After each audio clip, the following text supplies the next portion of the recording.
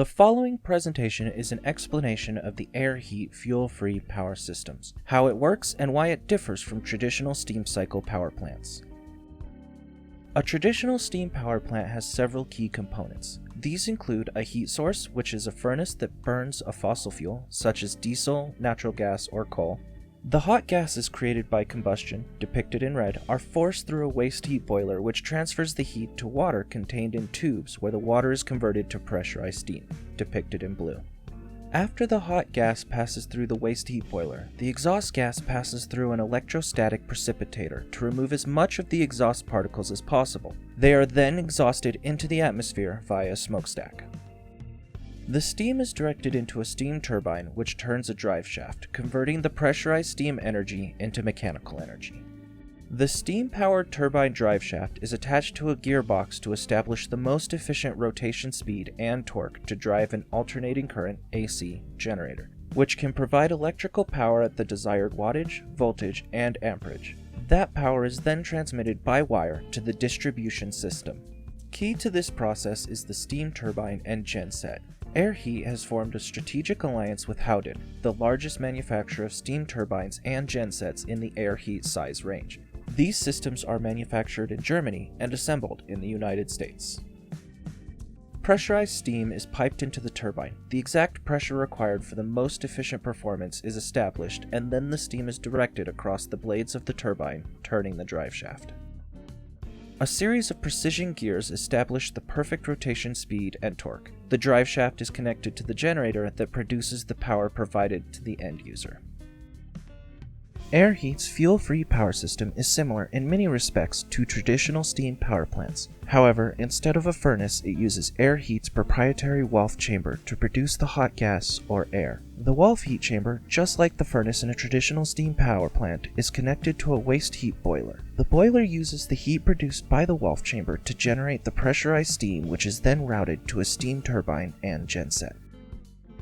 However, unlike traditional steam power plants, the Wolf heat chamber does not use fossil fuels. There is no combustion. As such, there are no emissions or pollutants. The AirHeat fuel-free power system does not require the large amount of space and construction costs for a smokestack, electrostatic precipitator, fuel storage, feed system, or other costly components. Furthermore, unlike other renewable power sources, AirHeat's power system does not depend on the sun shining or the wind blowing. AirHeat's power systems uses a pressure blower and AirHeat's unique proprietary Wolf heat chamber. This hypersonic, double-vortex cyclonic device converts ambient air into superheated air. Initially for startup, the blower requires a separate power source to start the system. This can come from either grid power or a separate generator. Once the system is at a steady state of operation, this external power source is turned off and is no longer required. While calculating the energy balance of the system, some people have wrestled with whether or not this violates the first law of thermodynamics, also known as the law of conservation of energy, which states that energy cannot be created or destroyed in an isolated system. However, the ionic exchange occurs in an open system, not a closed system, therefore does not violate any law of thermodynamics. After the heat is extracted, the air is exhausted back into the atmosphere with less energy than it entered. Additionally, the traditional math and physics such as the Bernoulli, Stokes, and Reynolds equations all drastically change at hypersonic speeds, making energy balance computation even more difficult and non-traditional.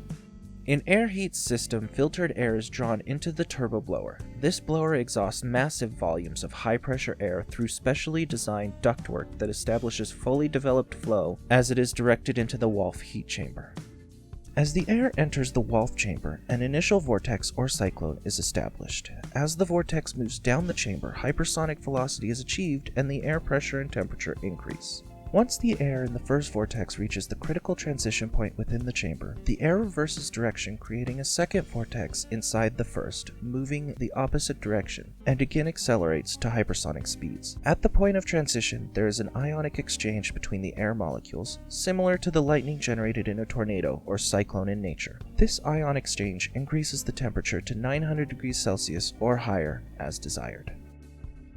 Like fossil fuel plants, the superheated air is then run through a waste heat boiler, generating steam, and power is produced in a turbine. Since fuel was not burned, there is no waste or emissions. A small portion of this generated power is used to power the blower so the outside power can be shut off. And now, a word from our founder. Hello, I am Jim Farrell, founder and CEO of AirHeat Technologies. Thank you for viewing this animated presentation regarding AirHeat's fuel-free power system. It is our firm belief that there is not a more welcome or versatile system for the development of strategically located and distributed baseload power for government, industries, data centers, and other public and private users. The AirHeat fuel-free power system is the best and most cost-effective power and water solution for every island nation and coastal city on the planet. No fossil fuels, no emissions, no worries. Thank you for watching and have a wonderful day.